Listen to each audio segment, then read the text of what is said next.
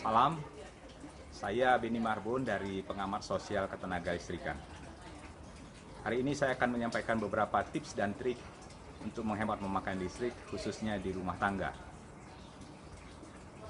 Prinsip memakai listrik secara hemat di rumah tangga adalah ketika menyalakan listrik, nyalakan seperlunya, dan ketika dinyalakan, pakailah seefektif mungkin. Sekali lagi, nyalakan seperlunya, dan ketika dinyalakan, pakailah seefektif mungkin.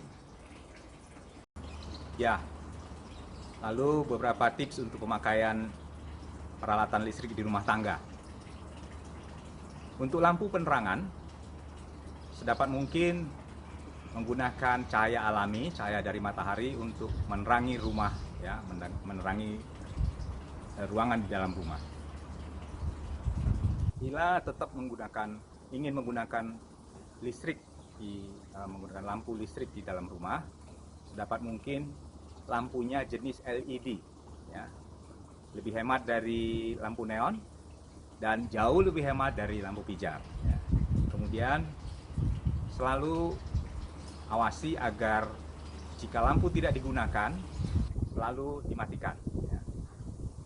Contoh, dengan banyaknya orang di dalam rumah, kontrol kita menjadi lebih sulit karena sering masuk ke kamar mandi, ke dapur, lampu dinyalakan, tetapi ketika meninggalkan ruangan, lampu tetap nyala, ditinggalkan menyala. Nah, karenanya matikan saja. Jika lampu tidak digunakan, matikan saja.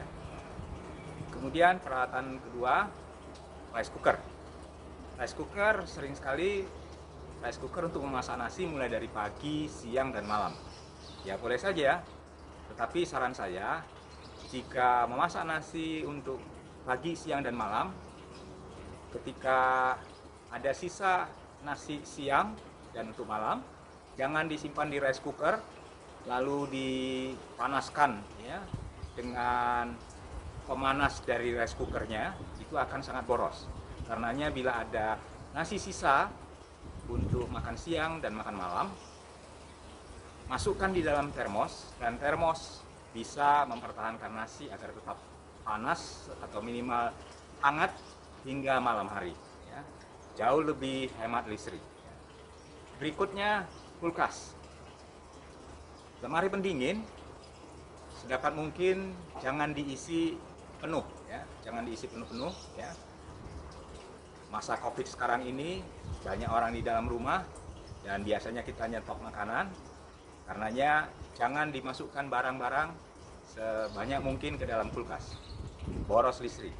Nah, karenanya masukkan seperlunya, kemudian jangan memasukkan makanan yang panas dan bisa membuat konsumsi listrik dari kulkasnya akan meningkat. Ya. Lalu bersihkan kulkas secara rutin, terutama seal atau karet pelapis antara pintu dengan bodinya. Ya. Seal-sealnya itu dibersihkan. Kalau dia kotor, dia akan menyebabkan pintu tidak tertutup rapat. Ya. Boros listrik. Karenanya bersihkan secara rutin karet-karet dari seal pintu. Ya. Kemudian bunga es di dalam kulkas, ya, bila ada kulkas yang masih tidak memiliki auto defrost, nah makanya bersihkan secara rutin bunga es, ya, minimal sekali 3 bulan atau tergantung dari tumbuhnya bunga es atau tidak di dalam ruang pendingin dari kulkas. Ya. Kalau bunga esnya ada, fungsi pendingin dari kulkas menjadi berkurang dan konsumsi listriknya menjadi meningkat. Ya. Berikutnya, air conditioner. Air conditioner atau penyejuk ruangan, ya, sedapat mungkin settingnya di sekitar 23 derajat Celcius. Atau kalau mau lebih rendah lagi, cukup 22 derajat Celcius.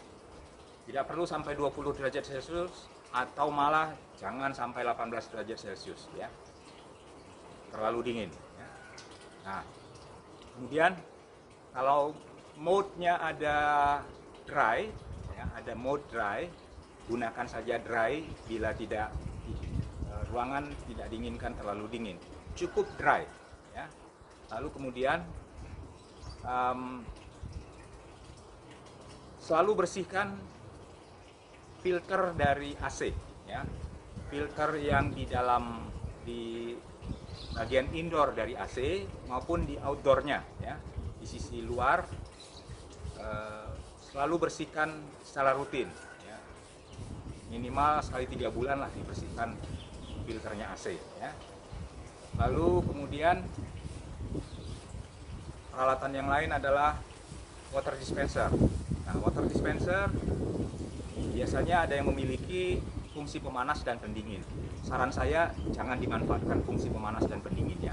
Pakai saja water dispensernya ya untuk nanti sebagai alat untuk kita ngambil air sementara dari tabung air, dari tempat air untuk kita minum. Boleh menggunakan water dispenser itu, tapi tidak usah dimanfaatkan fungsi pemanas dan pendinginnya, boros listrik ya.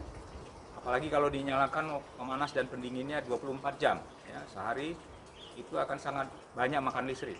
Kalau butuh air panas ya masak saja air di kompor ya, tidak perlu pakai water dispenser yang menggunakan pemanas airnya ya. Demikian juga bila ingin punya air yang dingin untuk diminum, ya simpan saja air di botol lalu dimasukkan dalam kulkas. Jauh lebih irit biaya untuk mendinginkan air menggunakan kulkas daripada menggunakan water dispenser ya. Baik, kemudian water heater. Water heater pemanas air untuk mandi ya. Nah, saran saya tidak mengatur temperatur panas airnya itu sehingga cukup panas ya, tapi setlah temperaturnya sehingga air tidak terasa dingin ya. Jadi cukup nyaman untuk mandi, tidak perlu panas tapi tidak dingin ya. Nah, untuk pemanas air dari jenis yang menggunakan atau memanfaatkan panas matahari, ada kalanya alatnya dilengkapi dengan pemanas listrik ya. Nah, saran saya perhatikan pemanas listriknya. Bila cuaca di luar cukup panas ya, matikan selalu pemanas listriknya ya. Pemanas listrik hanya digunakan bila di luar mendung, di luar hujan ya, seharian ya, sehingga panas matahari tidak diterima oleh pemanas listrik ya, maka boleh dinyalakan pemanas listrik yang ada di pemanas listrik solar cell-nya ya, sehingga tidak terlalu banyak mengkonsumsi listrik ya. Baik, lalu yang terakhir pompa air. Nah, pompa air sedapat mungkin pompa air hanya dipasang untuk menaikkan air ke penampung air. Jadi gunakanlah selalu tandon air ya. Tandon air. Pompa listrik hanya digunakan untuk menaikkan air dari sumber air yang di bawah ke tandon air ya. Nah, air dari tandon untuk digunakan di dalam rumah cukup menggunakan tenaga gravitasi dari air tersebut ya, gravitasi bumi dari air, dia turun ke bawah ya, tidak perlu tenaga listrik. Tenaga listriknya sekali lagi pompa airnya hanya dibutuhkan untuk menaikkan air dari sumber air yang di bawah ke tandon air ya. Lalu pastikan pompa airnya tadi otomatis untuk pompanya masih bekerja dengan baik, sehingga ketika dinyalakan dia akan berhenti nyala ketika tandon airnya sudah penuh ya. Baik, saya kira itu saja beberapa hal. Oh, satu lagi yaitu TV, penggunaan TV. Nah, sedapat mungkin TV yang di rumah itu bukan TV tabung ya, karena boros listrik ya. TV tabung itu bisa mengkonsumsi listrik sampai 150-200 watt ya. Nah, untuk TV yang sekarang TV yang LED itu hanya butuh listrik 30-35 watt ya. Nah, karenanya gunakan TV yang jenis LED, lalu kemudian sedapat mungkin hanya digunakan bila TV-nya ditonton. Bila tidak ditonton, matikan saja ya. Lalu mematikannya gunakan, atau bila mematikan TV untuk waktu yang cukup lama, minimal 1 jam ya, cabut saja stop kontaknya. Kalau mematikan TV masih menggunakan remote, layarnya mati, tetapi TV itu sebenarnya masih mengkonsumsi listrik walaupun sedikit. Tapi kalau sedikit nyala terus menerus, ya akhirnya banyak juga ya. Saya kira ini beberapa tips untuk menghemat pemakaian listrik di rumah tangga. Kiranya bermanfaat, tetap listrik menyala, nyaman di rumah tangga. Terima kasih.